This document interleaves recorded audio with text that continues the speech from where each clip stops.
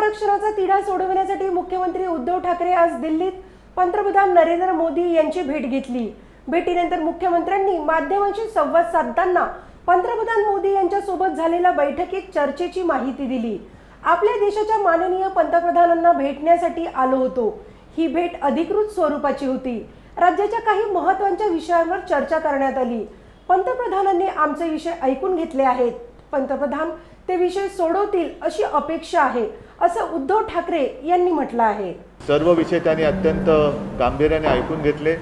त्याबद्दल विस्तृत पत्र सुद्धा आम्ही दिलेली आहेत प्रत्येक विषयाची, आणि त्यांच्याकडनं आम्हाला अपेक्षा आहे की राज्याचे जे विषय आम्ही त्यांच्याकडे मांडलेले आहेत, त्यांनी स्वतः आम्हाला सांगितले की मी माहिती घेतो, नक्की माहिती घेतो आणि लक्ष घालतो।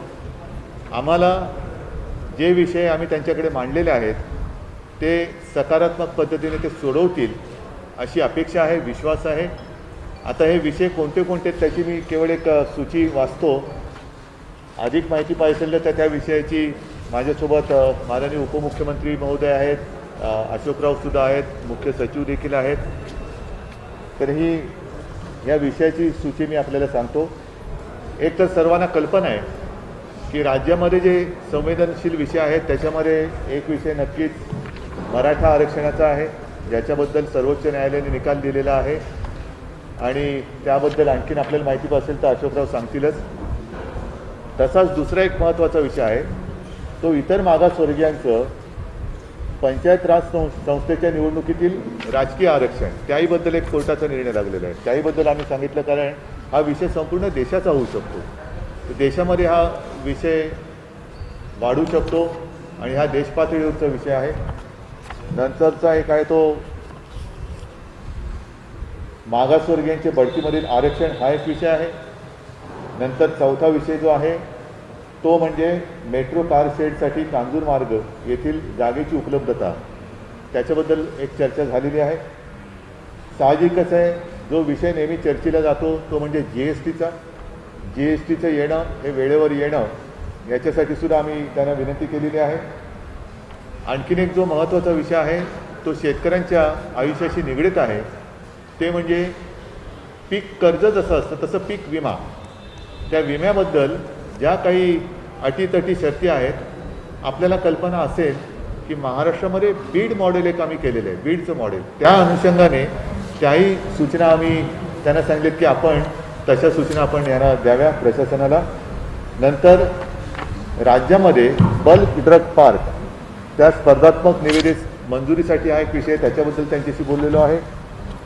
महत्त्वाचा विषय जो मी किंवा आम्ही मुंबईमध्ये बोललेलो आहोत आणि तिथून सुद्धा त्यांना विनंती केली होती, ती आज प्रत्यक्ष भेटून केली।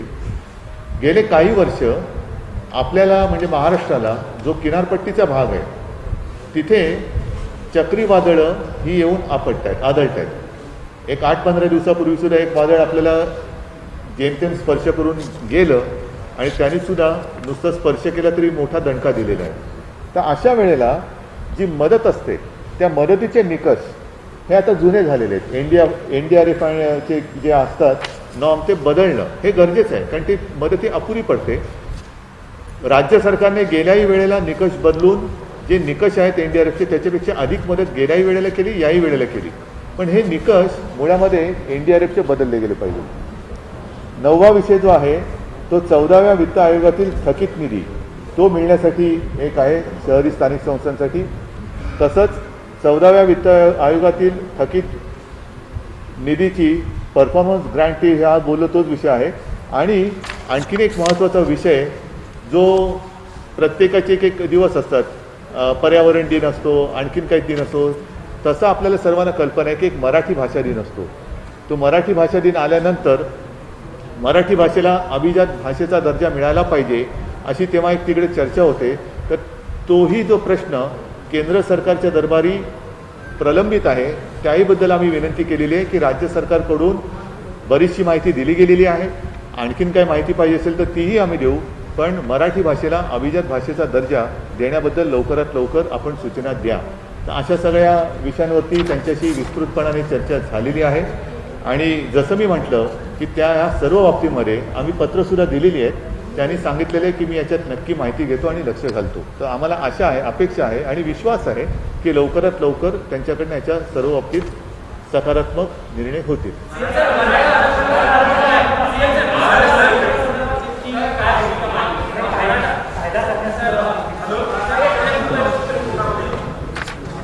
सन्माननीय मुख्यमंत्री जी, सन्माननीय उपमुख्यमंत्री जी, मुख्य सचिव, सन्माननीय खासदार, मीडियाचे इलेक्ट्रॉनिक अँड प्रिंट मीडियाचे सर्व या ठिकाणी मुख्यमंत्र्यांनी सन्माननीय प्रधानमंत्र्यांची चर्चा केली आणि मराठवाड्याच्या संदर्भामध्ये जो विषय आहे त्यांना मी कल्पना दिली की 5 मे 2021ला सर्वोच्च न्यायालयाने मराठा आरक्षणाच्या बाबतीत प्रतिकूल निर्णय घेतल्याचं आम्ही त्यांना नमूद केलेलं आहे. म्हणजे 5 मेला मराठा आरक्षणाला देण्यासंदर्भामध्ये एक तर सर्वोच्च न्यायालयाने असं म्हटलेलं आहे 102वी घटना दुरुस्ती झाल्यानंतर SC-BCचे आरक्षण देण्याचा अधिकार हा राज्यांना आता राहिलेला नाही. म्हणजे कुठल्याही राज्यांना या जजमेंटनंतर त्यांनी सांगितलं आहे की या जजमेंट स्पष्ट नमूद केलं आहे की घटना दुरुस्ती झाल्यानंतर अधिकार हा कुठल्याही राज्यांना एखाद्या समाजाचा बॅकवर्डनेस ठरवण्याचा किंवा त्यांना आरक्षण देण्यासंदर्भात निर्णय आता राज्यांना घेता येणार नाही. आणि दुसरं म्हणजे इंदिरा सहानीची जी मागची केस लॉ आहे तो लक्षात जर घेतला तर 50% आरक्षणाची मर्यादाही पार करता येणार नाही. हा 2 महत्त्वाचे विषय आता त्याची बॅकग्राऊंड आम्ही त्यांना विस्तृत सांगितलेली आहे. परंतु हे 2 विषय या जजमेंटमध्ये सुप्रीम कोर्टच्या प्रामुख्याने ते समोर आलेले आहेत. त्या पार्श्वभूमीवर आम्ही पंतप्रधानांना विनंती केली की तुम्ही जे रिव्ह्यू पिटिशन केंद्राने जे दाखल केलेलं आहे सुप्रीम कोर्टामध्ये त्या जजमेंटमध्ये त्या रिव्ह्यू पिटिशनमध्ये केवळ राज्यांना अधिकार बहाल करण्यासंदर्भातला विषय हा तेवढा कामाचा नाही आहे. राज्यांना अधिकार असले पाहिजेत, राज्यांना एखाद्या समाजाचा बॅकवर्ड ठरवण्यावर इतपत अधिकार असले पाहिजे त्यात आमचं दुमत नाहीच आहे. परंतु फक्त अधिकार प्रदान करून उपयोग होणार नाही. जोपर्यंत 50% आरक्षणाची मर्यादा ही जोपर्यंत शिथिल करण्यात येत नाही, काढून टाकण्यात येत नाही, तोपर्यंत राज्याला अधिकार देऊन सुद्धा हा आरक्षणाचा मुद्दा मार्गी लागणार नाही. हा प्रामुख्याने आम्ही त्यांना सांगितलेला आहे. आणि म्हणून 50% आरक्षणाची मर्यादा ही शिथिल करावी अशा प्रकारचा युक्तिवाद हा सर्वोच्च न्यायालयामध्ये झाला पाहिजे, केंद्राकडूनही झाला पाहिजे. आम्ही सुद्धा समर्थन असं करतो, आमचंही म्हणणं की आम्हाला राज्याला अधिकार असलं पाहिजे. परंतु त्याचा दुसरा महत्त्वाचा मुद्दा जो आम्ही नमूद केला की सुप्रीम कोर्टामध्ये हे रिव्ह्यू पिटिशन राज्यात रिव्ह्यू दाखल करणारच आहे. म्हणजे दिलीप भोसले सर्वोच्च न्यायालयाचे न्यायमूर्ती, माजी न्यायमूर्ती दिलीप भोसले यांच्या समितीचा जो अहवाल आलेला त्या अहवालाच्या अनुषंगाने या जजमेंटच्या बाबतीमध्ये रिव्ह्यू पिटिशन दाखल करण्याची राज्यशासनाची भूमिका आहेच. परंतु हे करत असताना आम्हाला विनंती एवढीच करायची की आम्हाला अधिकार द्या. आम्ही हे निर्णय राज्याला घटना दुरुस्ती संदर्भातली किंवा जे काही झाल्यानंतर जो पेर निर्माण झालेला आहे त्या संदर्भातली पुढची पावलं ही केंद्राने उचलावी. परंतु हे करत असताना आम्हाला अधिकार देत असताना 50% मर्यादा ही शिथिल करण्यात यावी त्यातला महत्त्वाचा भाग आहे. आणि मग हा फक्त जो काही मर्यादा घातली 50% तो फक्त मराठा समाजाची मर्यादा नाही आहे.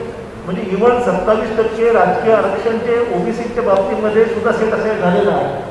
दुसरा जो मुद्दा आहे की 50%ची मर्यादा क्रॉस केल्यामुळे आरक्षणाची पॉलिटिकल आरक्षण देता येत हा तिथे मुद्दा आहे. आणि त्याला सांगितलं हा मुद्दा फक्त ओबीसींना, इतर मागासवर्गीयांना पंचायत राज्य संस्थेतील निवडणुकीतलं राजकीय आरक्षण होतं ते काढून टाकलं गेलं, त्याला स्थगिती दिली स्थानिक स्वराज्य संस्थांमधल्या. त्याच्यामुळं ग्रामपंचायत, पंचायत समिती, जिल्हा परिषद, नगरपालिका, महानगरपालिका ह्याच्यामध्ये 56,000 जागांच्यावर ह्याचा परिणाम झालेला आहे. आम्ही पंतप्रधानांना सांगितलं की भारत सरकारने 2011मध्ये ACCC केलं, त्याची माहिती राज्य सरकारला मिळाली तर त्या आरक्षणाचा अभ्यास करून अहवाल करता येईल. आणि ह्याच्यामध्ये निकालपत्रात SC, ST, OBC यांच्या एकत्रित आरक्षणाची मर्यादा 50% निश्चित केलेली आहे. त्यामुळे SC, ST बहुल जिल्ह्यामध्ये OBC प्रवर्गाला 27% पेक्षा कमी किंवा एखाद्या परिस्थितीत आरक्षणच मिळणार नाही. तर SC, ST, OBC यांच्या एकत्रित आरक्षणाची मर्यादित 50%ची तरतूद शिथिल करण्याच्या बद्दलची मागणी मुख्यमंत्री महोदयांनी आज तिथं केली आणि SC, ST याचं आरक्षण घटनात्मक कॉन्स्टिट्यूशनल आहे तर OBCचं आरक्षण वैधानिक आहे.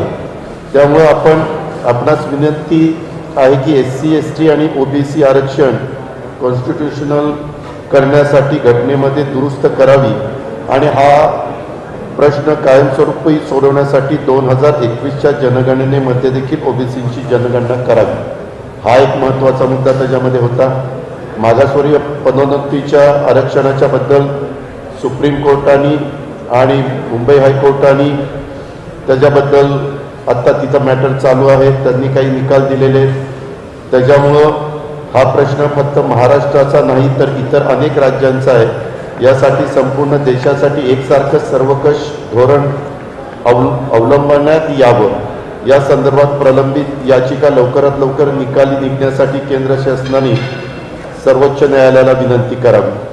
मेट्रो कार शेडच्या संदर्भात आत्ताच मुख्यमंत्री महोदयांनी सांगितलं, राज्यांना जीएसटी काउन्सिलमध्ये पण अनेकदा आम्ही हा मुद्दा उपस्थित केला. मुख्यमंत्री महोदयांनी पत्र व्यवहार पण केलेला आहे. तरी देखील महाराष्ट्राला 24,306 कोटी रुपये जीएसटी भरपाईपोटी मिळणे बाकी आहे.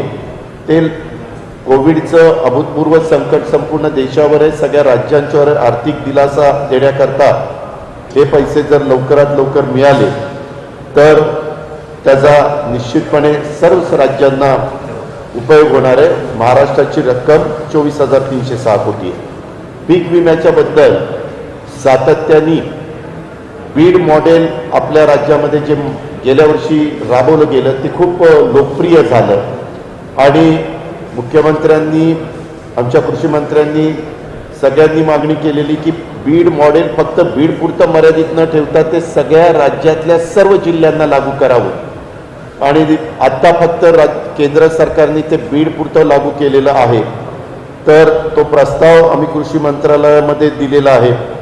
तर त्याच्यामध्ये हे मॉडेल जर आपण केलं तर त्याचा खूप चांगल्या प्रकारचा परिणाम होणार आहे. शेतकरी पण समाधानी होणार आहे. बल्क ड्रग पार्क स्पर्धात्मक निविदेच्यासाठी आपण दिघी बंदराजवळ MIDCनं 250 एकर जागा निश्चित करून ठेवलेली आहे. ते बल्क ड्रग पार्क लवकरात लवकर महाराष्ट्रासाठी मंजूर करावं. 1,000 कोटी रुपयाचं अर्थसहाय्य देखील त्याकरता द्यावं. हा पार्क सुरू झाला तर औषध निर्मितीस मोठं प्रोत्साहन मिळणार आहे आणि राज्य सरकारने हे बल्क ड्रग पार्कसाठी काही प्रोत्साहन देखील जाहीर केलेली आहेत. त्याच्यात केंद्राची पण सहकार्य जर राहिलं तर आणखीन ते चांगलं होईल. नैसर्गिक आपत्ती जे NDRF आणि SDRF ह्याचे निकष 2015 साली केले. त्याच्यानंतर महाराष्ट्रात नैसर्गिक चक्रीवादळ आलं, निसर्ग चक्रीवादळ आलं, दुसरं तोक्ते चक्रीवादळ आलं. त्यामध्ये मुख्यमंत्र्यांनी NDRF आणि SDRFच्या पेक्षा 3.5 पट जास्त शेतकऱ्यांना देण्याचा निर्णय घेतला आणि गव्हर्नमेंट ऑफ इंडियाचे नॉर्म्स बाजूला ठेवून अधिकची रक्कम महाराष्ट्र सरकारने त्याच्यामध्ये घातली. तर मुख्यमंत्र्यांनी आज त्यांना सांगितलं की 2015चे नॉर्म्स आता आपण 2021 मध्ये आहोत, तर ते आता तुम्ही बदला. ते बदलण्याची नितांत गरज आहे आणि केंद्राने याचा विचार करून त्याच्यामध्ये मार्ग काढावा. तसंच गेल्या 5 वर्षामध्ये महाराष्ट्रामध्ये 4 वेळेला चक्रीवादळं आली आणि चक्रीवादळं वारंवार येत असल्यामुळं सिंधुदुर्ग, रत्नागिरी, रायगड, ठाणे, पालघर, मुंबई हा जो काही समुद्र किनारा आहे, या समुद्र किनाऱ्याला काही गोष्टी अशा केल्या पाहिजेत की ज्या परमनंट झाल्या पाहिजेत. मुख्यमंत्र्यांनी त्याच्याबद्दलची बैठक घेतली आणि त्याच्यात अंडरग्राऊंड केबल, विद्युत वाहिनी ते टाकायला सांगितल्या. स्थलांतरित नागरिकांना निवारे उभारणे, पक्के निवारे उभारायचे, किनारा संरक्षण भिंत बांधणे, या पायाभूत सुविधा द्यायची गरज आहे. त्याला 5,000 कोटी रुपये लागतात. आमचं म्हणणं की प्रत्येक वेळेस NDRF, SDRFचे पैसे आणि काही राज्य सरकारचे पैसे हे कायमचं दुखणं दूर करण्याच्या करता गेले अनेक वर्षाचा अनुभव लक्षात घेऊन काय केलं पाहिजे त्याचा अतिशय चांगल्या प्रकारचा आराखडा आम्ही तयार केलेला आहे आणि तशा प्रकारच्या सूचना पण केंद्राकडनं आलेल्या होत्या. तर त्याला 5,000 कोटी रुपयाची मदत ही द्यावी. तसंच 14व्या वित्त आयोगातील थकीत निधी मिळण्याच्या करता जो शहरी भागाकरता असतो त्याच्यामध्ये 2018-2019 2018-19 आणि 19-20 परफॉर्मन्स ग्रँट कामगिरी अनुदान त्याला म्हणतात, त्याच्याबद्दलचं संपूर्ण महाराष्ट्राला 14व्या वित्त आयोगातील थकीत निधी शहरी स्थानिकच्या करताचा आहे. तो 1,444 कोटी 84 लाख रुपये अनुदान तातडीनं मंजूर करावं. आपण तशा वित्त मंत्रालयाला सूचना द्याव्यात असं मुख्यमंत्री महोदयांनी, आणि हे केंद्र शासनाच्या गृहनिर्माण आणि शहरी व्यवहार मंत्रालयाकडे सगळं प्रस्ताव आमचे आलेले आहेत. युटिलायझेशन सर्टिफिकेट पण आम्ही भारत सरकारकडे पाठवलेला आहे. तो एक मुद्दा होता. त्याच्यानंतर 14व्या वित्त आयोगातील थकीत निधी मिळण्याबाबत हे पंचायत राजचं, मागाशी सांगितलं ते शहराचं, हे ग्रामीणचं, याच्याकरता केंद्रीय ग्रामविकास मंत्रालयाने महाराष्ट्रास 2016-17ला 294 कोटी 84 लाख त्यांची शिफारस केली. असं 17-18ची 333 कोटी 66 लाख, 2018-19 378 कोटी 91 लाख, 2019-20 साठी 496 कोटी 15 लाख हे अद्याप वित्त विभागाकडे प्रलंबित आहे.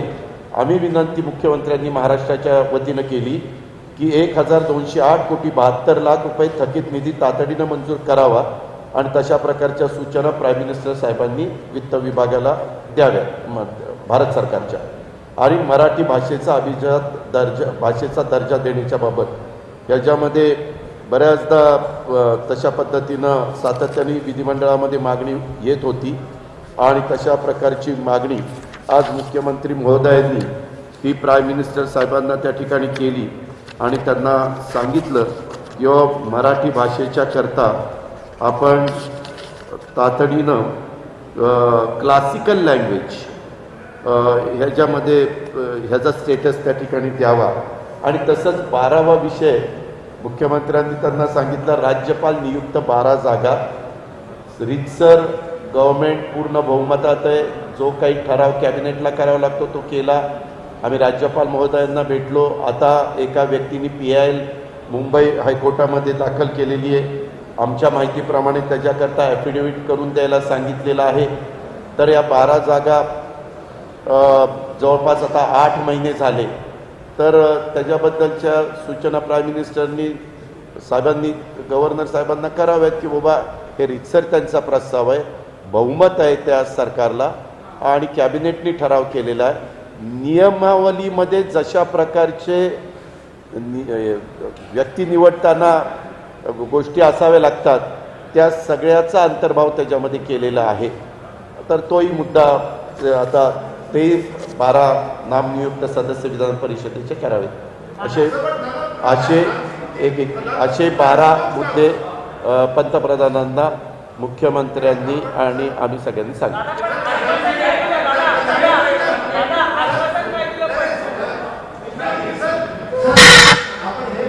ह्याच्यामध्ये पंतप्रधानांनी मुख्यमंत्र्यांना, आम्हाला मुख्यमंत्री बोलत होते, आम्ही तिथं होतो, त्यांना असं आश्वासन दिलं की हे सगळेच मुद्दे मी तपासून घेतो आणि संबंधामध्ये जे काही त्याच्यामध्ये करण्याची गरज असेल ते करण्याच्याकरता मी निर्णय घेतो असं सांगितलं. चर्चा अशी अतिशय समाधानकारक झाली.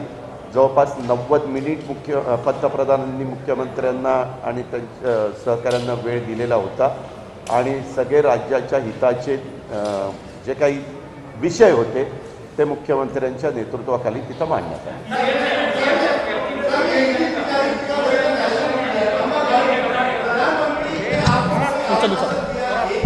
एक मिनिट, मगाशी अशोकरावजी सुद्धा मांडत होती त्यावेळेला हे सगळं माझ्यासमोर होतं.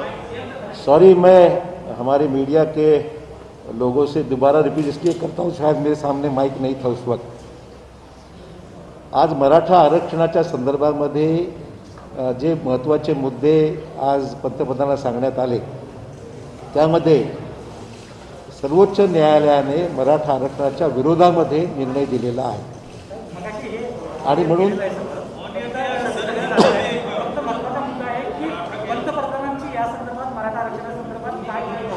तर पंतप्रधानांना आम्ही विनंती केली की आपण कायदेशीर प्रक्रिया पूर्ण करून, एकतर जोपर्यंत अधिकार सर्वोच्च न्यायालयाच्या निर्णयामुळे तुमच्याकडे आलेले आहेत ते अधिकार लक्षात घेऊन मराठा समाजाचा आरक्षणाचा मुद्दा विविध कायदेशीर प्रक्रिया पूर्ण करून तो आता अधिकार केंद्राकडे आहे, तुम्ही ते पार पाडावी आणि मराठा समाजाला आरक्षण देण्यासंदर्भात पावलं उचलावी अशा प्रकारची विनंती आम्ही त्यांना केलेली आहे. आणि त्याचबरोबर 50% आरक्षणाची जी मर्यादा इंदिरा साहनी प्रकरणातून एक सिलिंग लिमिट घालण्यात आलेली आहे ती पण कायदेशीर प्रक्रिया पूर्ण करून ती लिमिट जर आपण रिलॅक्स केली तर मग दोन्ही प्रश्न मार्गी लागतील आणि आपली जी याचिका आपण दाखल केली, रिव्ह्यू पिटिशन दाखल केलेलं आहे, तेही रिव्ह्यू पिटिशन जे आहे त्याच्या आमचं उलट आम्हाला आनंद आहे की ते राज्याला अधिकार मिळाले पाहिजेत. पण नुसत्या राज्याला अधिकार देऊन फायद्याचं नाही आहे की जोपर्यंत 50%ची जी मर्यादा आहे या लिमिटची आहे ती जोपर्यंत शिथिल होत नाही तोपर्यंत राज्याला नुसते अधिकार देऊन फायद्याचं नाही आहेत असं आम्ही त्यांना विनंती केली. पंतप्रधानांनी याच्या बाबतीमध्ये मी निश्चित माहिती घेईल आणि पुढील कारवाई करेन अशा प्रकारे त्यांनी या ठिकाणी सूचित केलेलं आहे.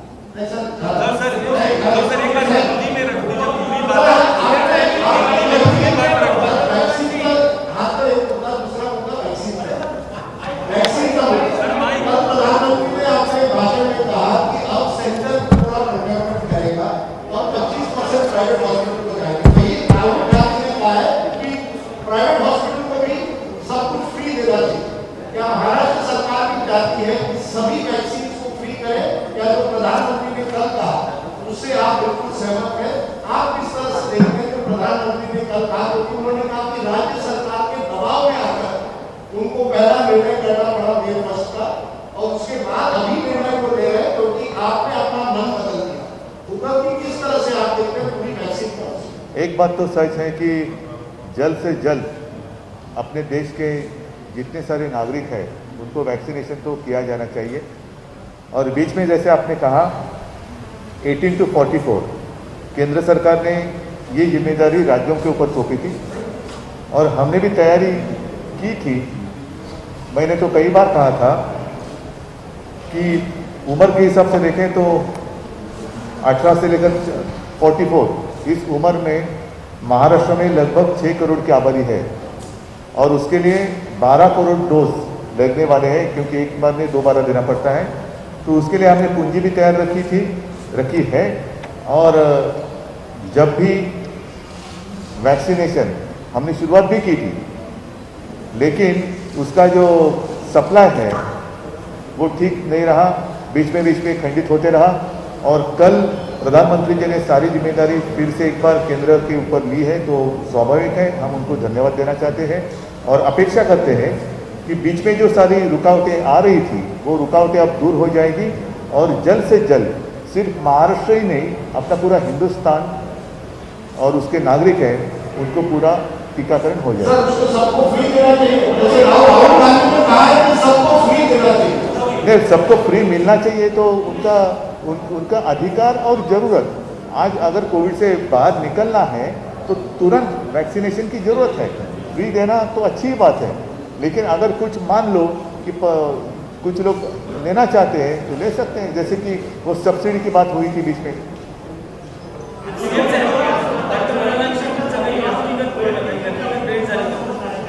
क्या म्हणाले? आमची व्यक्तिगत भेट झाली ना। नाही एक महत्त्वाचा मुद्दा असा आहे की आम्ही तिघही समाधानी आहोत कारण आजच्या आमच्या भेटीमध्ये कुठेही राजकीय अभिनिवेश नव्हता। अत्यंत शांतपणाने आणि समजूतदारपणाने जेवढे मुद्दे आम्ही मांडले की त्यांनी शांतपणाने ऐकून घेतले। त्याच्यात आम्ही जसं आता अजितदादांनी सांगितलं, अशोकरावांनी सांगितलं त्या विषयाबद्दल भूमिका नुसत्या मांडल्या नाही तर त्यांना पत्रसुद्धा दिलेली आहेत आणि म्हणून मला विश्वास आहे की ज्या पद्धतीने त्यांनी आमचं ऐकून घेतलेलं आहे, समजून घेतलेलं आहे ते एकूण बघितल्यानंतर यामध्ये त्यांनी जसं सांगितलं की मी पूर्ण माहिती घेतो, लक्ष घालतो, तर आम्हाला नक्की विश्वास आहे की काही ना काहीतरी मार्ग निघेल।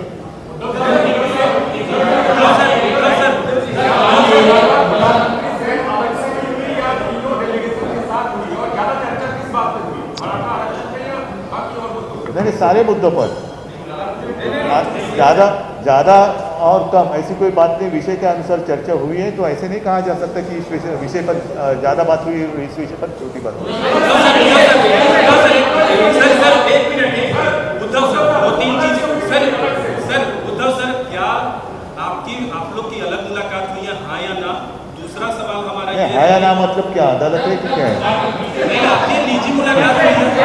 काय हो?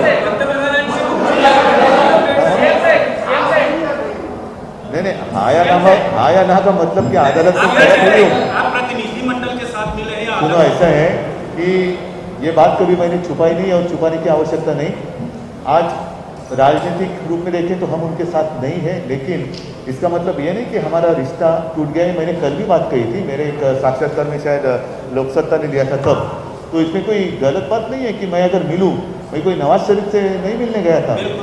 तो ऐसे अगर उनको कुछ मिले, मैं एक व्यक्तिगत रूप में मिलूँ, अगर मैं मिल भी लूँ, आज भी अभी मेरे साथी है उनको कहूँगा कि मुझे दोबारा जाकर मिलना है, तो गलत बात क्या है उसमें? बिल्कुल सर मराठा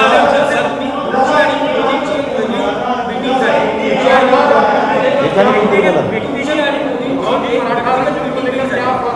ऐका एक मिनिट, आता याच्यामध्ये गेल्या वर्षभर त्यांचे काय काय वेळेला जसं आता ते वादळ आलं, मधल्या काळामध्ये मी सांगितलं त्यांचा फोन आला आणि त्यांनी सांगितलं की सरकार तुमचं कोविडच्या काळात चांगलं, हे व्यक्तिगतच बोलणं होतं. त्याचं आज सुद्धा आमची एक थोडा वेळ व्यक्तिगत भेट झाली, काय कसं काय चाललं आहे, मी त्यांना सांगितलं की या सगळ्या माझ्या सहकाऱ्यांच्या सोबत मी आलेलो आहे आणि राज्याचे प्रश्न आहेत. नाही नाही, आता युती का तुटले 1.5 वर्षानंतर काय सांगायचं ते? ठीक आहे.